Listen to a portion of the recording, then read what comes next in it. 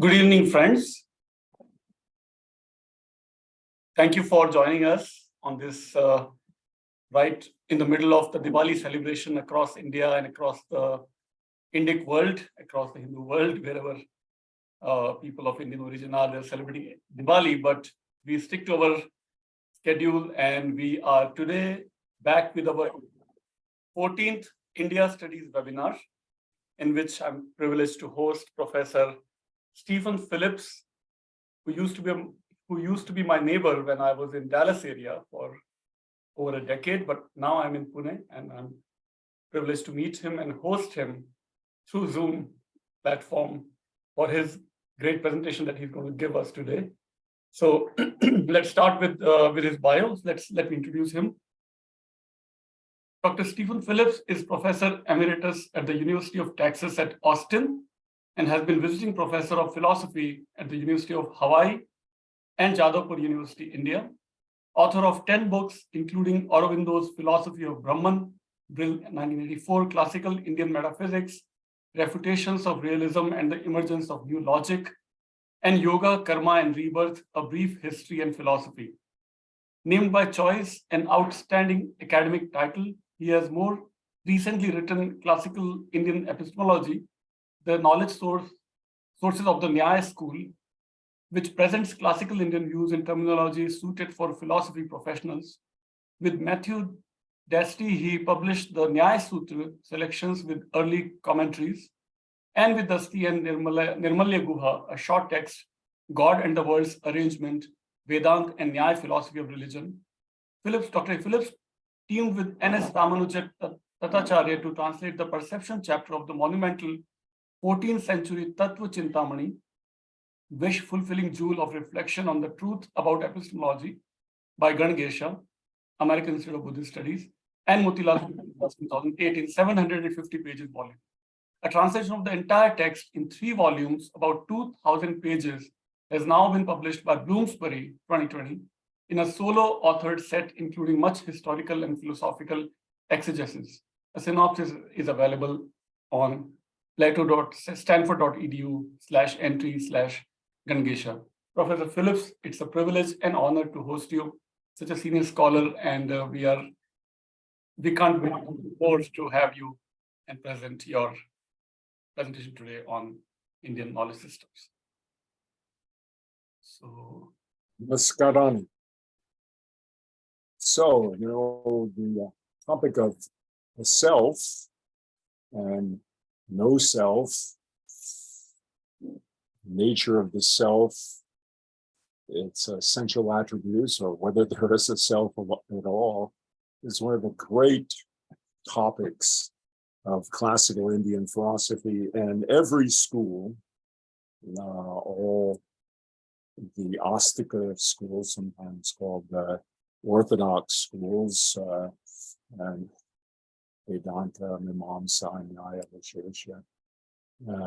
Vaisheshika, and Yoga and Sankhya, plus the Buddhist schools, the Gnostica schools, Cārvāka, the China schools, all take issues on self and arguments concerning its reality and nature. In particular, as we see in this abstract, the question of what accounts for personal identity through change, bodily change, emotional change, thoughts changing, is a topic that is related to the question of the self, and self-awareness, subjectivity. Another one that we can talk about today is enlightenment and yogic practice. All of these views that are mentioned here on the slide, Vedānta, Yogācāra Buddhism, Nyāya, Cārvāka, have something to say about this, and we'll talk about them all. But the views of the Naiyāyikas and Buddhists in particular. So there'll be about 20 slides. Now, first of all, just notice that this is a primary argument of the Buddhist Dharmakirti, maybe the greatest of the Buddhist thinkers, makes this argument over and over again. Says, look, if two things have different properties, they're not the same. So he says there's no enduring self because look, right now, I don't know, I have so many hairs on my head, I pull one out, I have less. So I am not the same person that I was before. At least this body is not the same body because there are fewer hairs on my head now than there were a few minutes before. Now, the Naiyāyikas, the two groups, Naiyāyikas and Buddhists who debate about this in particular, use examples that are favorable to the one side or the other. The Naiyāyikas' favorite example is a pot, gataha, and it can be red before baking, but black afterwards. And you say it's the same pot. We put the pot in, we baked it, it changed colors. The Buddhists like the example of a candle, which they say is very obviously different every moment as it melts. What we're going to be thinking about is the person. And I don't know, now that I'm an old person, it's amazing that I can still identify with, I don't know, at least the 10-year-old I was a long time ago. Of course, many others in between, and I think, of course, we're all like that. And in Western philosophy, there's this famous ship of Theseus example that Plutarch in Latin wrote. The ship wherein Theseus and the youth of Athens returned from Crete had 30 oars and was preserved by the Athenians down even to the time of Demetrius, for they took away the old planks as they decayed, putting in new and stronger timber in their place, insomuch that this ship became a standing example among the philosophers of the logical question of things that grow. One side holding that the ship remained the same, the other contending that it was not the same. If there's just one ship of Theseus, you can imagine they're changing the planks over and over again. And so eventually they have a ship that has none of the planks that it had when it set forth. And then they save all the planks and build a new one, which is the ship of Theseus. Look at the candles, how dramatically they change. Now, in Western philosophy, the Greeks took this up.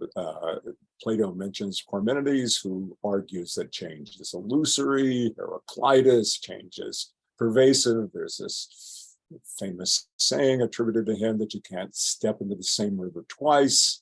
Aristotle has the view that is probably the most dominant throughout Western philosophy. It was very much like Nyāya. Accidental properties change while essential properties remain the same. To take the pot example, it's being a pot, its pothood or potness, so to say, stays the same, but its color changes. How about a person, David or John? Do they stay the same? And what are the essential properties? And Plutarch, of course, brought that puzzle. Hume, the famous David Hume, said very much like the Buddha, said the self is a bundle of impressions or experiences. There are no essential properties, disagreeing with Aristotle. Identity depends upon rapidity of change. So what we call identity, there's no true identity. And then Kant famously, Immanuel Kant, argued that there is something like a Naiyāyikas self, or maybe not. Some took it more like a Vedantic self. We can talk about that later. He said, look, there is what I like to call the transcendental unity of apperception, in that for any thought or experience I have, I may say, I think that thought. I mean, it's a feature of the self that it can comprehend all of its awarenesses. There's a ship of Theseus. Now, some classical Indian views of the self. Of course, one of the most difficult to understand is that of Advaita Vedanta. And here, of course, it's important to Advaita Vedanta being a monistic view, all is Brahman. And the bridge to Brahman seems to be self-awareness. Atman is Brahman, but Atman not in the ordinary abhimana, as the Advaitins would say, identity which is false. The one has to realize in a kind of yogic or mystical experience what the Upanishads say, tattvamasi. And this eternal self, which is the absolute, doesn't really change.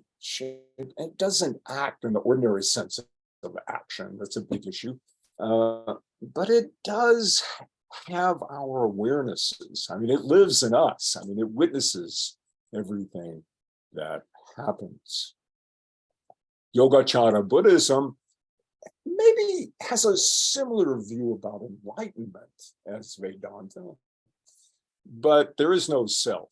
They think that is a conceptual crutch that does not lead to the highest mystical experience. But there's lots of overlapping themes with Vedanta. For example, what the Advaitins would call false abhimana, identifying with transient matters, transient experience. The Yogācārans would say, yes, that's right. That's what. So you shouldn't call that a self. All of our normal ideas about how to get along in the world are just pragmatically constructed fictions. They're useful fictions. And so in terms of our overall view, what we should have is a stream theory of the person. There's just one moment is a causal factor in the next moment of experience. One state of your body is a causal factor in the next moment of your body, and so on. There's nothing enduring from one moment to the next. Then we have Nyāya, and I would say there should be a long mark over the Nyāya here, and that Nyāya takes as its target Yogācāra Buddhism in many instances, and says, no, each of us is an individual self. It disagrees with Advaita Vedanta, and I think most Vedanta views, in that the self has properties, and one very important one is chikirsha, desire to do. So the self does, it is a property bearer and an initiator of action.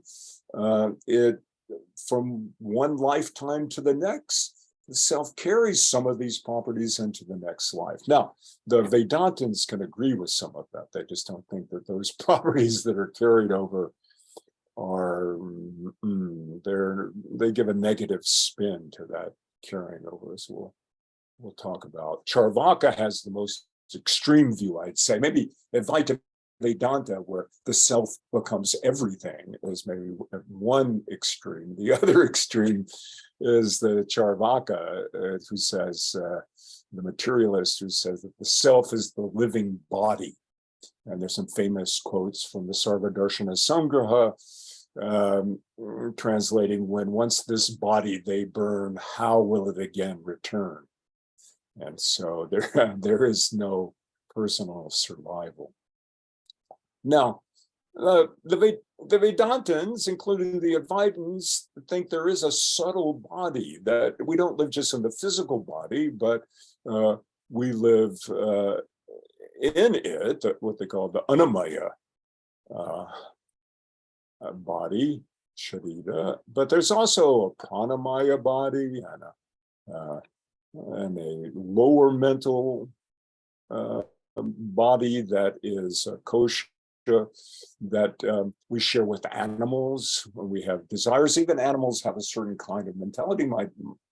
my dog knows where his food is, for example. Then there's a higher mental kosha, the vijnana. And then the bliss.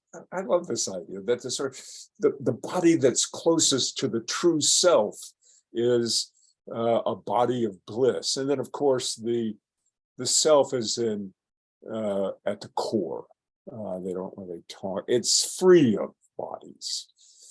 Now, the Buddhists have, in some ways, a similar view. They have not 5 bodies, but 5 major skandha. I think that word really means, in everyday Sanskrit, means shoulder or sort of support for ongoing personal identity. Consciousness, self-consciousness, vijnana, vedana, sensation, feeling, samjñā, representational thought, and then memory impression, samskara, dispositional properties that don't come to the surface. I ask you what your name is, of course you know it, but you're not thinking about it all the time. But like the disposition of water to freeze at 0 centigrade or boil at 100, those dispositions go with the self. That's a very important property that the Naiyāyikas talk about a lot, but the Buddhists also have it, though there may be a problem with their understanding of it, at least so say the Naiyāyikas. And then, of course, there is the bodily skandha, rupa. One of the most famous passages in the classical discussions of personal identity is in the Pali Canon. I think there's quite enough time to read all of this, but there's a questions to King Milinda. I think he was a Bactrian king, and the monk came and talked to him, and the question is, who are you, right? And he uses a famous analogy to a chariot. He says, and the Nagasena says, how did you come here? He says, I came in a carriage. He says, and the chariot or the carriage, he says, is the axle the chariot? No. The wheels the framework? No. The parts the chariot? No. Is there anything outside of them? No. I discovered no chariot. It's an empty word. So similarly, the self is Nagasena's conclusion. And so the upshot of all this, to save a little time so we can have more questions, is through questioning, Nagasena gets King Milinda to admit that there is no thing that he can identify as the ego, as a self, as an I. Just like there is no thing, there are many parts that fit together and make a chariot, but no one element is the chariot. The form isn't the chariot. There could be another the same form. The combination isn't the chariot. The parts could change, as with the ship of Theseus, while the object remains the same. No one element is this monk, Nagasena. The form isn't Nagasena. He could have a twin. The combination isn't Nagasena. You can, I don't know, you lose a tooth, you can get another one, you can get an implant. Your fingernails are always growing and changing. In particular, I think what we need to notice about the Buddha's positions, and some schools of Buddhism are slightly different, but these are the mainstream positions. There's a certain anti-intellectualism. The Buddha talked about questions that do not lead to edification. And the upshot, I think, is, there's a kind of paradox there, right? Why does the Buddha talk so much and encourage questions? But nevertheless, put that aside. The upshot is better to meditate, practice mindfulness in everything. And there is, I think, to the credit of the Buddhist, an insistence on bodhisattva and nirvana consciousness more like perceptual awareness than some kind of thought. So they connect with the yogic tradition where they say the yoga, in the Yoga Sutra, yoga is defined as chitta vritti nirodha, the restraint or even cessation of the fluctuations of mentality. And so the Buddhists do also believe that meditation requires a quiet mind. They also are nominalists. They don't have, as the Naiyāyikas do, universals such as being a cow or cowhood, which is in Bessie and Flossie and all the other cows, past and present. They say no. It's really the particular that's absolutely real, and this connects with their presentism. It's only they're only particulars in the present. You don't find a universal in the present. We construct those for our own purposes, right? The past and futures of things are constructions. Only this moment is real. And nothing endures more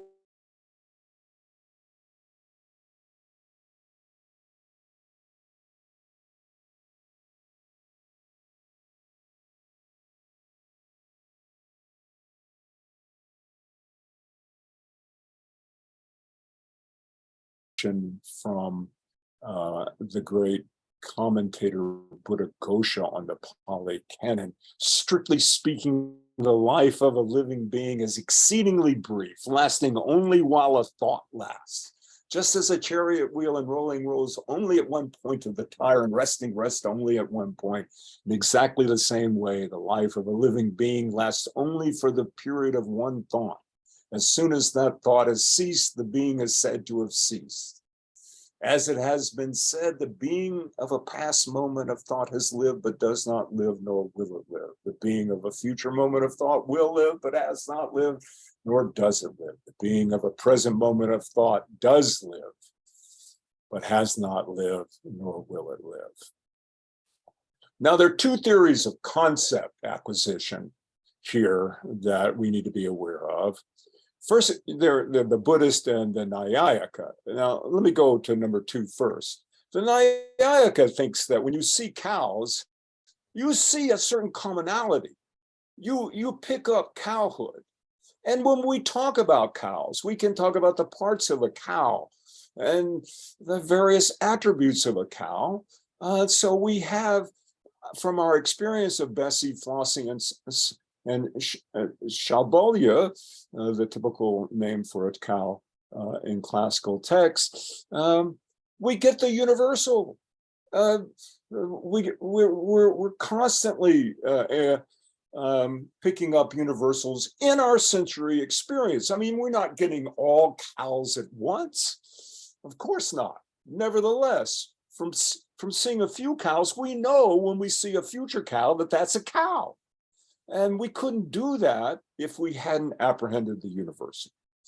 But the Buddhists, of course, say, let's go back, let me see. The Buddhists say that no, our concepts like cow are shaped by our desires. A good example may be a shoestring, we would say to tie a shoe. But a bird sees a shoestring as nest material. There's a famous quote about a young woman, which a young man sees as possibly a wife. But let's see, a hyena sees as food, and a monk sees as a corpse. Desire is the world maker. We use concepts in order to get what we want and avoid what we don't want, including the Four Noble Truths. Of course, no, so they're not Nyāya, because the world is as it is. We pick it up through our experience and our concepts are founded in not just our experience, but in the reality of things out there that are the objects of our experience. Now, the Naiyāyikas have two main arguments against the stream theory of the Buddhists. One is diachronic synthesis, the other is synchronic synthesis, or maybe better unification in that case. Now, the diachronic synthesis, or synthesis over time, there's a Sanskritist, Andrew Nicholson, that I saw a few weeks apart, and in Sanskrit, this is that Devadatta I saw yesterday. Well, it's not so much that Devadatta has endured, though that's also true, but how can I recognize Devadatta today had I not seen him yesterday? How can the truth of my statement, this is that Devadatta that I saw yesterday, give me some reason why I shouldn't think that that's true. And the truth entails that Devadatta that I am now perceiving, encountering, it is not just that he's the same, but that I'm the same. Otherwise, I wouldn't have that memory of him. So how is this possible on the Buddhist stream theory? It seems like it's not. Then with the synchronic, that's the example is different. It's the same time. So I am touching what I see. So I'm right now touching this cup of tea. And so and so I'm seeing it and touching all at the same time. Now, it's the same object. If that looks like on the Buddhist theory, I should be having one stream of tactile experience and another stream of visual experience. But no, I have a unified experience in the moment. And there has to be then an overseer sensory experience that puts them all together. So Nyāya also holds that there is a convergence of knowledge sources, pramana samprava. They recognize 5 knowledge sources: perception, inference, analogy, and testimony. And so Nyāya also holds, this is not usually brought out in the literature, but one commentator on the Nyāya Sutra, Yogācāra, brings it out quite clearly.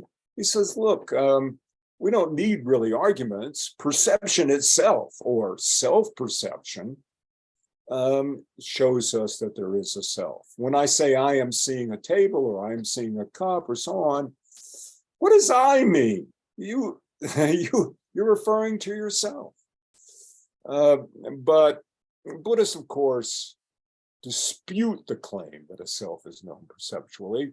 So that's why, says Yogācāra, that we have to have these inferences. I mean, normally when you see something and it's right in front of you, there's just no dispute about it. We're not going to argue about what is apparent in our immediate vicinity. But we do have to argue about the self, because the Buddhists do dispute that the self is known perceptually. So we give these two arguments. This is that David, why I have to be the same in order to recognize. It's called the argument from recognition. In English, usually called diachronic synthesis, and then also this simultaneous through 2 sense modalities. And then there's really this other one about we know ourselves immediately. Now the Buddhists rejoin. They say, look, you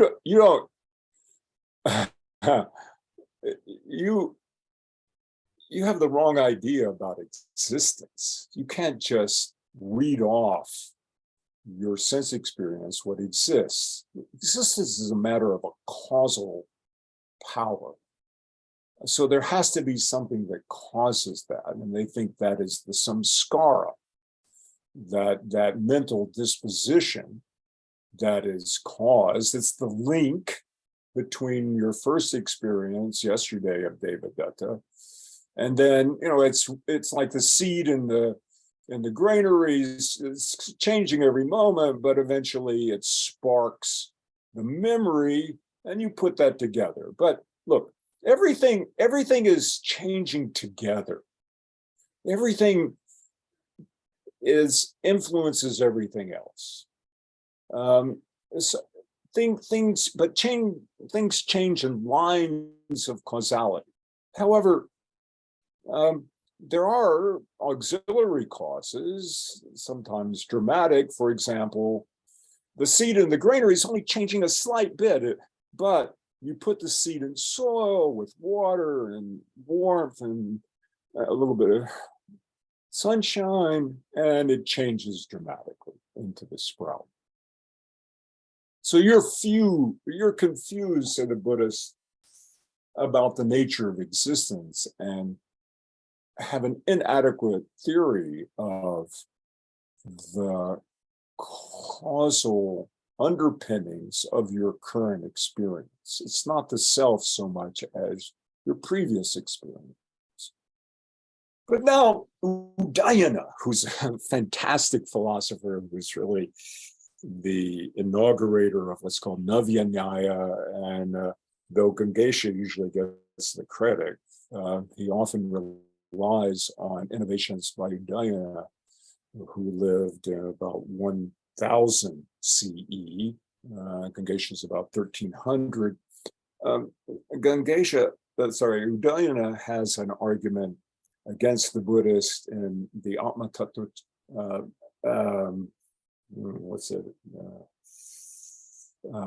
it's on the Atma, on the truth about the self. And he has in that treatise an argument where he says, well, okay, you Buddhists rely on samskaras as causal factors in recognition and other kinds of experience. Well, look, how do they enter consciousness? They're supposed to be below the threshold. They're dispositional properties. In particular, there's the problem of deep sleep. And he picks up on, I'm taking this from Udayana, but Vachaspati is really his predecessor, is the one that makes it in his commentary on the Nyāya Sutra. He says, look, if there's a stream where the present moment is most responsible for the immediately preceding moment is most responsible for what's going on in the present moment, how about when you wake up from deep sleep? How does self-consciousness get going then? You don't have it in deep sleep, and Udayana's great example is, look, you don't have, look, here's empirical evidence that you don't have self-consciousness. It's not a stream that's continuing in deep sleep. We say such things as, how well I slept, out like a light. How well I slept without dreaming. Supto hum na kimchit avijñāsi sham. Okay, another player, not enough for, we have plenty to talk about. Maybe I should stop now and entertain some questions, but really should get out on the table the materialist view, which is maybe closest to a lot of views of contemporary philosophers all over the world, influenced by science, that though there is this also sort of hedonism with Cārvāka. While life is yours, live joyously. None can escape death's searching eye. When once this body they burn, how will it again return? The self is the living body. Another quotation from the Sarvadarshana Sangraha. In this school, the four elements, earth and so on, are the original principle. From these alone, when transferred into the body, intelligence is produced, just as inebriating power is developed from the mixing of certain ingredients. In other words, you put together the right ingredients, something emerges. And that's a very common view in contemporary thought. And here's another bit of evidence. We say such things as, I am fat. What does I refer to? Not like the Naiyāyikas, Yogācāra and Udayana say, I refers to the body. According to your view, the self's not fat. Now, of course, there is some contrary evidence. We use mama sharira, right? My body. And the Cārvāka say, well, those are just metaphors. And then Cārvāka start debunking ritualism. They say priests want money, all this stuff about the self. It's just for people who couldn't make a living in any other way. And say, okay, and the living body is perceptually known. And then Cārvāka, in a very interesting move, says that perception is the only pramana, the only source of knowledge. So your arguments don't count against us. And they attack the Nyāya theory of inference by saying there are no universal propositions, such as the sort of stock Nyāya example is there's smoke on yonder mountain, the paksha, the mountain, and there's a hetu, an indicator, smoke. And there's a general principle: wherever there's smoke, there's fire. Wherever there X is S, it's also P. And so we say, aha, there's fire on the mountain, and it's really important. Maybe your house is over there. You want to go and put it out. But Cārvāka says, no, we don't experience. We don't have evidence for this. Nothing could justify this claim wherever smoke, there fire or any. So Nyāya then takes up the problem of inductive generalization and to talk about Gangesha. I don't know, not really the founder of Navya Nyāya so much as a solidifier. I think there are others, Manikanta Mishra, and I mentioned Udayana, who also made many advances, but he pulls them all together. And he says, look, your argument against inference is an argument. It is a kind of inference, and so it's self-defeating. I mean, yeah. So any argument against inference is going to be self-defeating. He also has a pragmatic argument. He says, notice what these skeptics do. I mean, they assume that when they speak, the audience will understand their terms, and so they're assuming a vyapti or universal concomitance between speaking and being heard.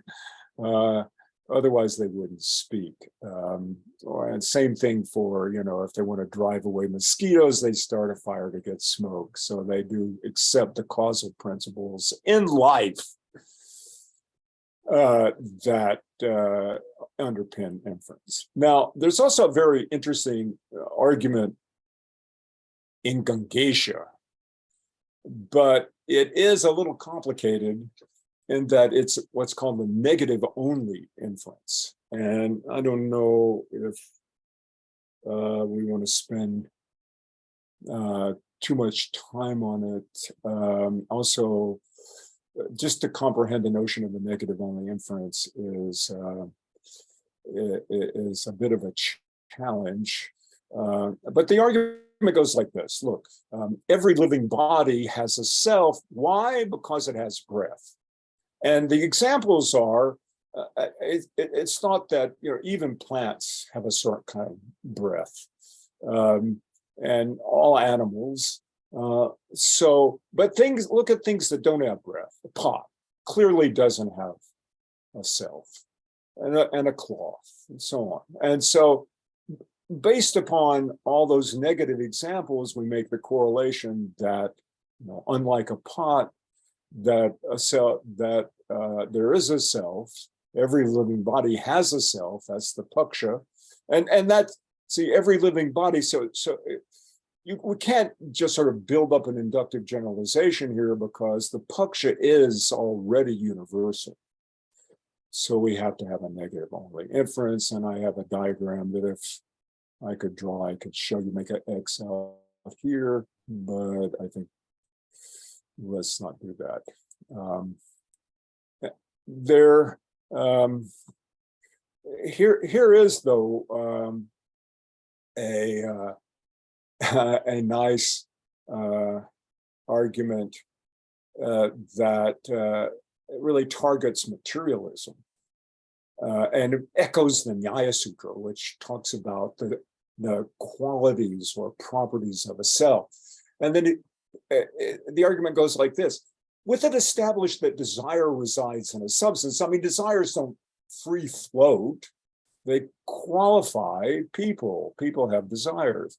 So what is that substance? And you don't find desire in earth or water or any of the other 8 substances that are admitted in the Nyāya view. It's a property. Each one of those possibilities, including manas and buddhi, no, desire doesn't occur there. It rules out. So that since we have desires, there has to be a substance that is over and above the 8. Another substance. So what that is a self. So that 9th substance is the self. Desire is had by nothing but a self. Okay, to wind up, just want to go quickly over the Vita view of the self. The self is self-awareness, aware in a certain fashion, swaya prakashamana. And so if you want to start debating about a self the way you Naiyāyikas, that's really not to the point, because only the self has a right to pronounce on itself. It's swataha pramana, not your arguments. And the self is reachable in samadhi, Brahma Sakshatkara. Otherwise, the self is unknowable. So you're wasting your time with these inferences, counter inferences. The self is not an agent. I mean, there's a sense in which, even with Shankara, the most radical non-dualist or Vita view, that Ishvara is an agent. The Ishvara acts, but the Ishvara acts. The self doesn't act the way a normal person, an ordinary person, unenlightened person does, because a normal person acts out of desire to get what he or she wants and to avoid what he or she doesn't want. And the self's not like that. The self does witness, which is derivative from Brahman. Self is not the body. And we went over the 5 she's, and it lives in those 5 she's until liberation. I think the Naiyāyikas also think there's a subtle body, but that subtle body actually qualifies the self. It's not different. Samaptam. Thank you so much. Thank you so much. Thank you so much. Thank you so much. We will now have some question and answer session. There is already one question from Shikha Sharma, and the question is: does Advait Vedanta accept the entity of Karta? If yes, what is the nature of Karta? If no, who is a mumukshu in Advait Vedanta? Okay, I'm sorry. How do I? Oh, I just took this off. That's the question. There we go. Okay. Yes.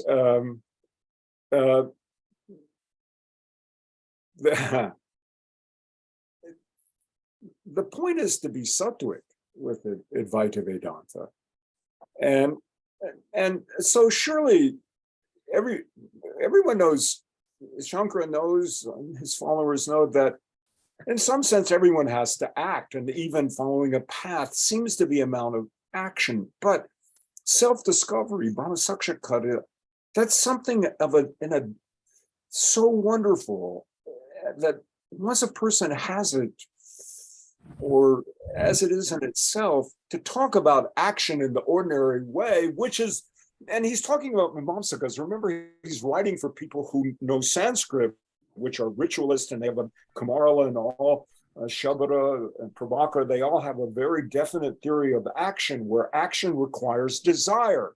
Whereas for him, for Shankara, the Advaitins, the state of pure self-awareness is a state without desire. So you can't talk about action.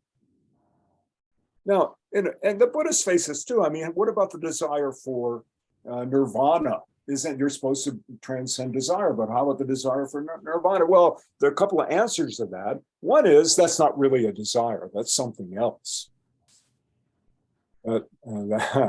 So, but that does not involve action? Well, no, because meditation is not really an action. It's a sort of pulling back the manas from its involvement in the organs of sense to, I mean, that's just a metaphor. That, you know, that's either various meditation, I'm trying to help you tune into self-illuminating self-awareness, but there's really nothing to do. It is what it is.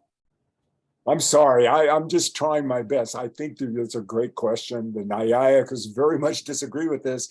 They say, no, to do something is a property. The self always has, even a liberated self has the ability to act if it wants to.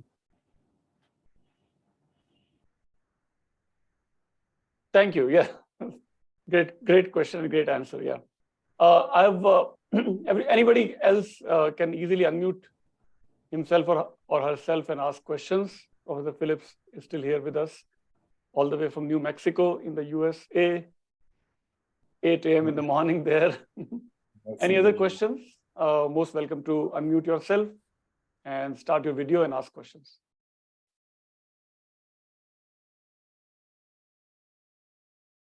Hi, Steve.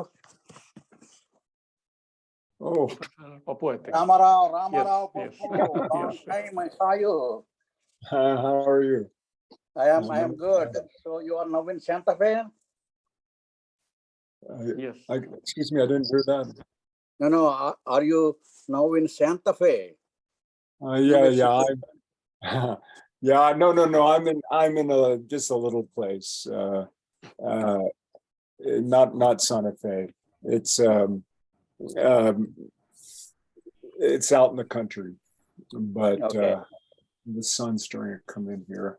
Yeah, till recently, my daughter used to live in New Mexico, Albuquerque. Oh, I So- see. In Albuquerque, I see. Mhm. Yeah, used to go to Santa Fe. This is the Vanaprastha, right? I mean, Yeah. Okay. Okay. Get away from the city. Austin, Texas is very large. Anyway, so I hope It's not a question, but so glad to see you after a long time. yes, sir. Yeah. Wonderful Okay. to see you. No, you were so great, all organizing all those All those Vedanta congresses. Yes. Yeah. They were wonderful. I learned everything. I miss them myself. I miss those. No one has taken over that. Well, somebody has taken over the Balram. Oh, Singh and somebody's others, taken but over. Yeah. We have a question from, we have a next question from Professor Anu Shukla. Professor Shukla, yes, you can ask a question. You can unmute yourself. Yes. Good evening. Good morning to Professor Phillips and good evening to Professor Pankaj. It was so nice listening to this wonderful lecture, but I think I will have to listen to it again because of some network issues over here. My question is, you were talking about, like, I mean, the self in Buddhism is illusory, you said. And yes, actually it is illusory. So we have to deconstruct the self. What do you think, I mean, how the concept of self in Buddhism, can it be applied today? Because when we talk of the modern times, actually we talk of creating a self or, recreating a self. And all the literature is about, about creating yourself, your identity. So don't you think that the concept in Buddhism is a little contradictory to what is required today in the modern times? Well, this is a very interesting topic. I think, after Kant with his transcendental unity of apperception, there is the Romantic movement, where there is this beginning of what's most prominent today, what you're talking about, that we make ourselves, there's this self-determination, we construct ourselves and so on. And that's really important. I think the Buddhist idea that we construct ourselves, make ourselves, and so on fits in quite nicely with those ideas. It's just that the Buddhist values are different.